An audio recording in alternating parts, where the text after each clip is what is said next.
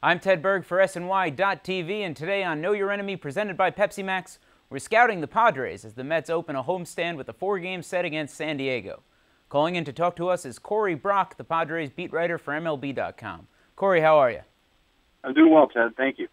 Corey, we start with one good thing for the Padres, and this is a pattern for them, really, but this year, their bullpen, they lost a couple of guys. Houston Street, their closer, went down with an injury, and they traded Ernesto Frieri, but still, they've gotten some good performances out of their relief pitchers. Yeah, by and large, their relief pitching's been pretty good since Bud Black took over as manager in 2007. You think of it, a year ago at this time, you had Mike Adams setting up Heath Bell. Well, the names have changed, but the success rate is still sort of the same. Even with Houston Street on the disabled list, they've gotten some quality innings out of Andrew Kashner, a guy that throws 100 miles an hour in the 8th inning, and a guy that Mets fans, I'm sure, are well familiar with, Dale Thayer, is now closing games as 5 for 5 in save situations with Houston Street on the disabled list. So, the problem, obviously, for the Padres has been they've had some bad luck with injuries. It's still terribly difficult for them to score runs at times, but when they have a lead, they're generally able to hang on to it.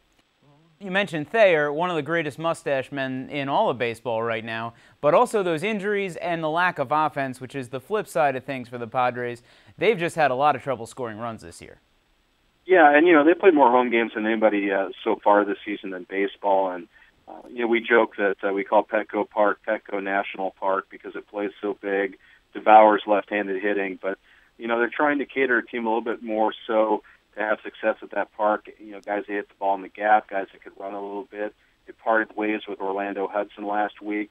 Jason Bartlett, shortstop, is on the disabled list now, so they're going with a couple of younger guys up the middle. Alexi Emarista, I'm still getting used to that. He came over from the Angels in the Ernesto Frieri trade, and Everett Cabrera is playing shortstop. So the team looks a little bit different. Still, it kind of makes you wonder how this group would have looked had everyone been healthy. Corey, I want to talk about the pitchers in this series, and the guy going tonight, Stoltz, is an interesting guy in that he's 32 and hasn't really ever caught on full-time with a big league team. What can we expect out of him? Yeah, funny story with him, Ted. He was designated for assignment by the White Sox here, a little over a week ago. Was playing catch in his backyard with his brother-in-law in Indiana when the Padres claimed him, and lo and behold, pitched really well in his first and only appearance with the Padres so far. But, a left-hander, a veteran, he's 32 years old, gets a lot of mileage out of his changeup, gets a lot of ground balls.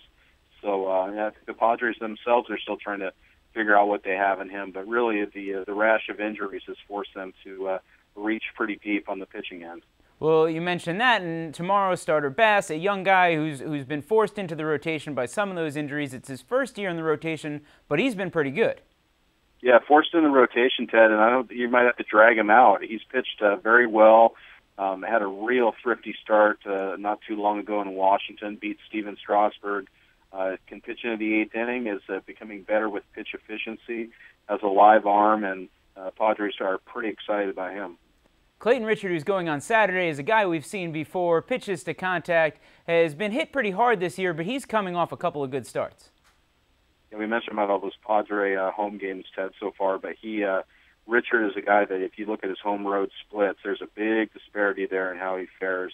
He did pitch pretty well the other day in Cincinnati, so the left-hander who works very fast, gets a lot of ground balls, keeps his defense in play.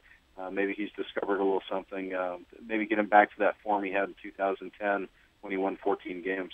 And finally, Sunday starter Edinson Volquez, a guy who's had flashes of brilliance but has always struggled with his control. Seems like a good matchup for the Mets in that he walks a lot of guys and they walk a lot.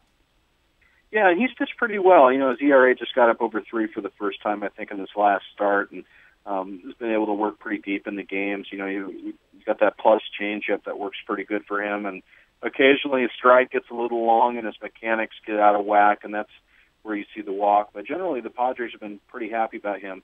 Generally pretty happy about the return they got on the Matt Latos trade with the first baseman, Yonder Alonso, who we should mention, hitting 300, and then Volquez, who may be an interesting trade chip down the road.